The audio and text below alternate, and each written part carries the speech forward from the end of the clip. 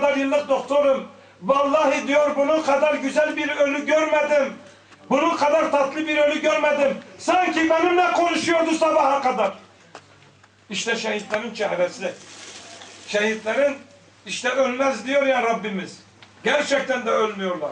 Belki ruhları cesetlerinde yok, bedenlerinde yok ama siz onlarla günlerce, aylarca kalsanız onların o nurani çehrelerinden dolayı, onların o nurlanmış bedenlerinden dolayı asla bıkmazsınız onlara bakmaya. Değerli kardeşlerim, şehidin vefakarlığı vardır. Şehit vefakardır. Vefalıdır.